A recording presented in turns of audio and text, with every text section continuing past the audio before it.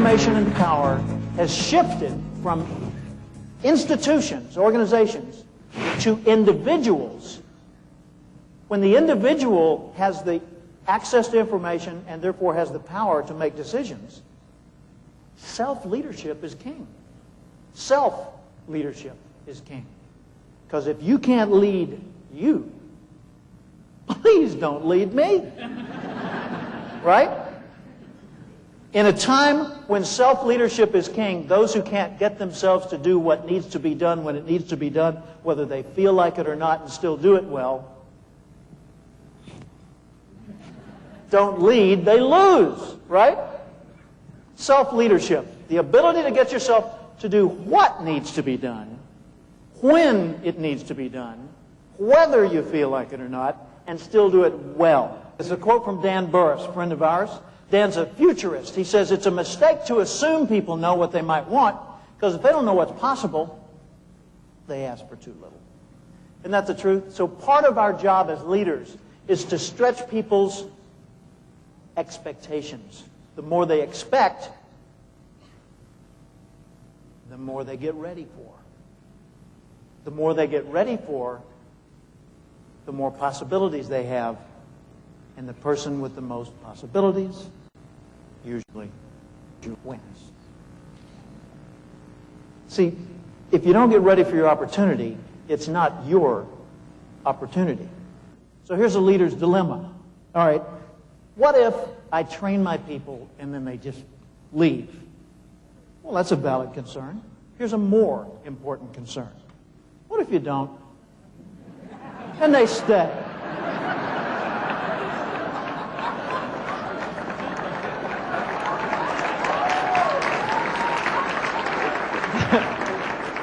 That would be self-inflicted mediocrity. Okay? Jim Cathcart.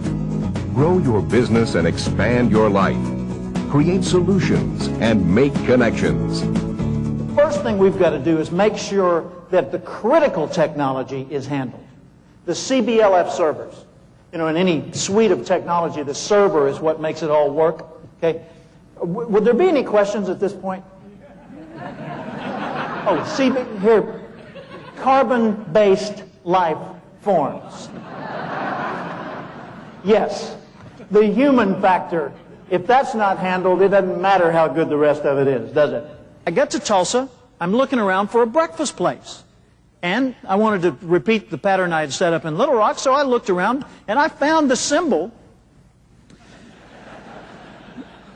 of my preferred restaurant at the time, right there about a mile from the new office. There were the golden arches sticking up through the trees. I pulled in under them and parked my car, walked into the lobby of McDonald's, and there behind the counter were two women. One was in her 20s, one was a teenager. And as I approached the counter, the 20-year-old said, "Good morning, what's your name?" I almost went into shock. I mean, think about that. To be asked your name in a McDonald's? I stood there, I said, and she said, "What's wrong?" I said, "You asked my name." She said, "The question was too hard?" No. She said, "Then what is it?" I said, "It's Jim Cathcart." "And I'll have an Egg McMuffin and coffee." She said, "Fine, that'll be $1.41. So I paid my $1.41. I got my breakfast, started to walk away. Teenager turned to the 20-year-old. She said, "Hey, Grandma, where are the coffee cups?" "You're a grandmother?" She said, "No, I'm in my 20s. I said, and she said, "Well, you know, they call me Grandma. That's my nickname, because I'm sort of the mother hen around here." And I said, "Well, what do you like to be called?" She said, "You can call me Grandma. My name is Marilyn." And I said, "Okay, Grandma." You know, and I went on my way. Now, I came back day after day, and every time I came back, I had the same breakfast. It cost $1.41, and she asked my name every time until after a few days she remembered the name. Then one morning, as I pulled into the parking lot, I knew, from what I saw in the parking lot, I knew I had a challenge in the lobby. What would you see in a McDonald's parking lot that would indicate a challenge in the lobby? Two buses, both completely empty. Now, two buses with, what, 45 people per? Empty in a parking lot means 90 head ready to graze in the lobby of this McDonald's. I parked my car, I walked up there, squeezed through the door, looked for the line that was moving fastest, the one that stops when you get in it, right? Sure enough. And then I heard my name, Mr. Cathcart, Mr. Cathcart. And I look up at the front. It's Grandma, Marilyn. I said, yes. She said, your breakfast is ready.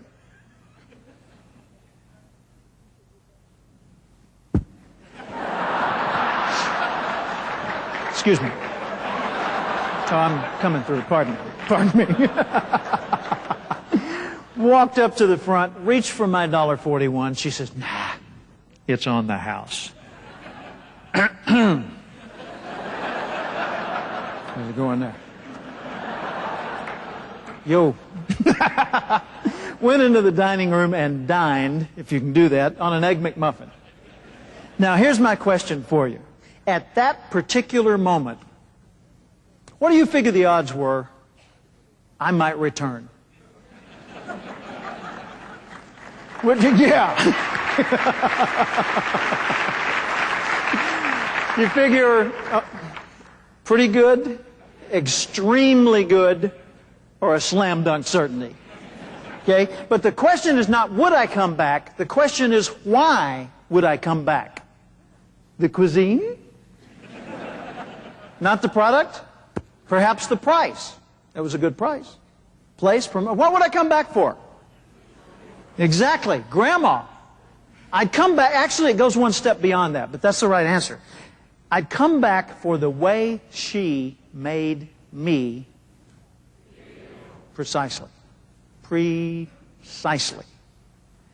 The vast majority of the things we do in life are done to get the feelings we want. In the 1980s, Jim Cathcart's groundbreaking book, Relationship Selling, revolutionized business practices by focusing on truly connecting with customers instead of just making sales. In the 1990s, his Acorn Principle explored the psychology that drives self-improvement. Today, Jim teaches the 8 competencies of sales leadership, new skills for a new business era. If you are perceived to be persuading rather than partnering, you always meet with resistance. It's instinctive. They don't even have to think about resisting you. They just do. And it may be on a subtle level. Neither of you are aware of it until it becomes a problem. But it's happening. So if you and I can figure out how to keep people in the right frame of mind from the start, then we don't fall into that posture. What I was doing for a living was repossessing log trucks in the hills of northern Arkansas. Life-threatening work. On a typical day, I'd drive down a deserted logging road way back in the woods, find the truck I was looking for. I'd park my company car and walk over to the truck, trying to look bad, you know. I'd look up at that truck. This big hair-covered creature would come down out of it. And they were always huge. And I'd look him square in the chin. I'd say, I'm here to get your truck. And they would say to me, boy, I don't know if you've noticed, but we're alone in these woods. I'd start backing up for the company car. They'd say, just go away and leave me alone. I'd say, yes, sir, I'm out of here. I'd get back in the car and I'd start to pull away. I'd say, excuse me, one comment before I leave. I'm the last nice guy they plan to send. See ya. They say, wait, don't drive off yet. What do you mean the last nice guy? I'd say, well, after this, it gets pretty ugly. They send these big bruisers with guns and sheriffs. It's not a pretty sight. And they said, well, what are my alternatives? And I'd say, set the gun down.